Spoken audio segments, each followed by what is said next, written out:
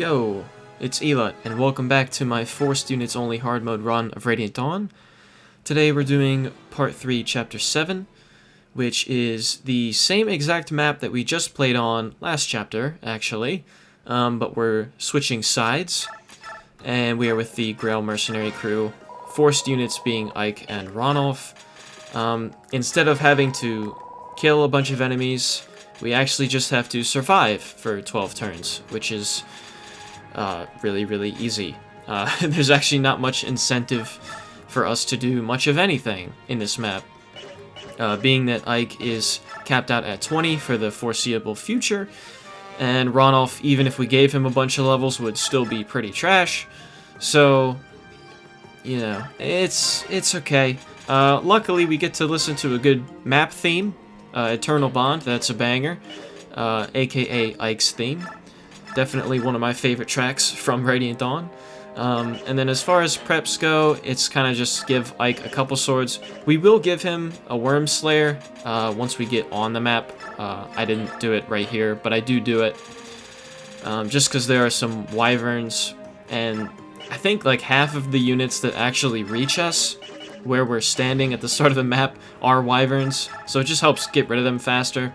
Okay, now he's capped out at 20.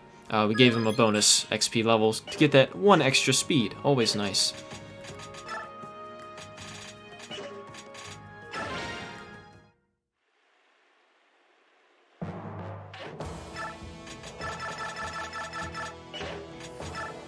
And then here I'm like, Worm Slayer, hello.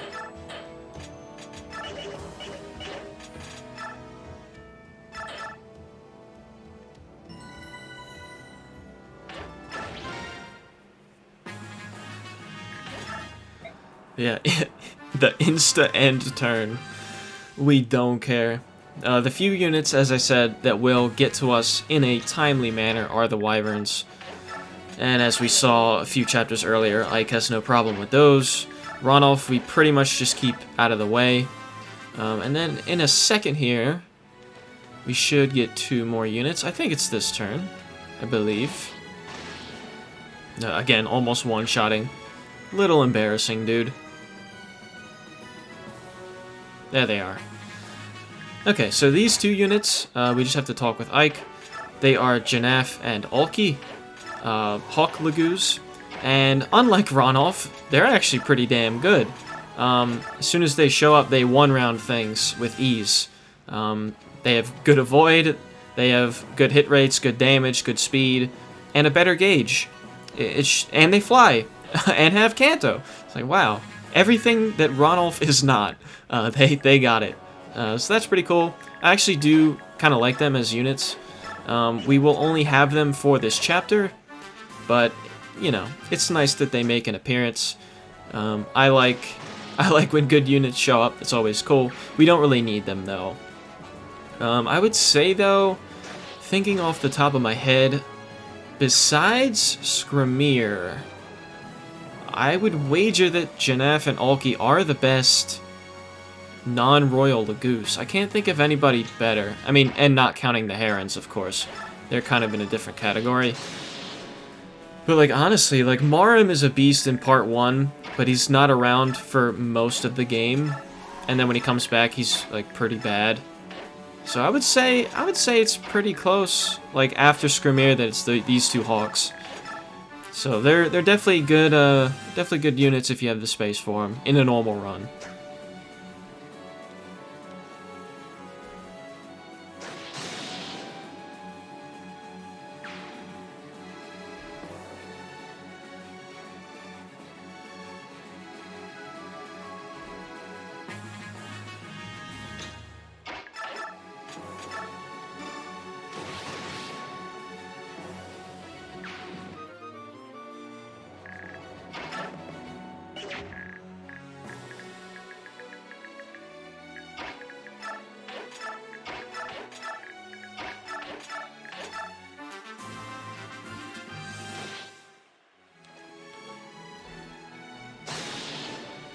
Rolled.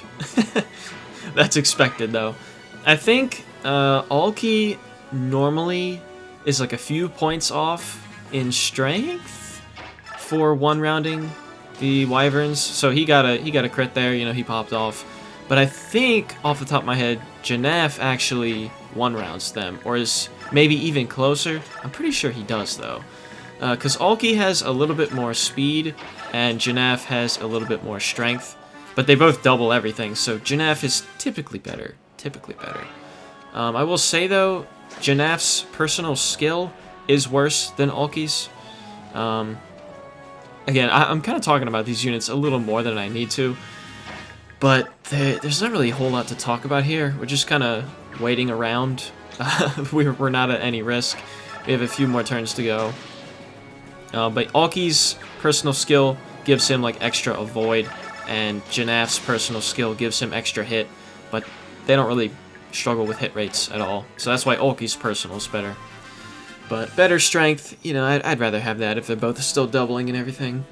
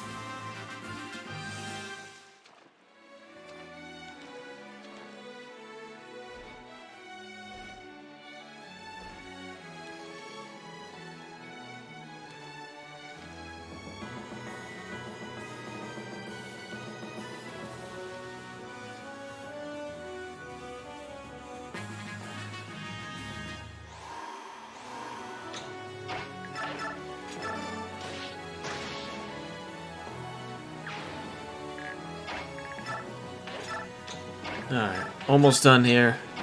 It actually went by a little faster than I thought, but, you know. It's not the most eventful chapter. That's nobody's fault.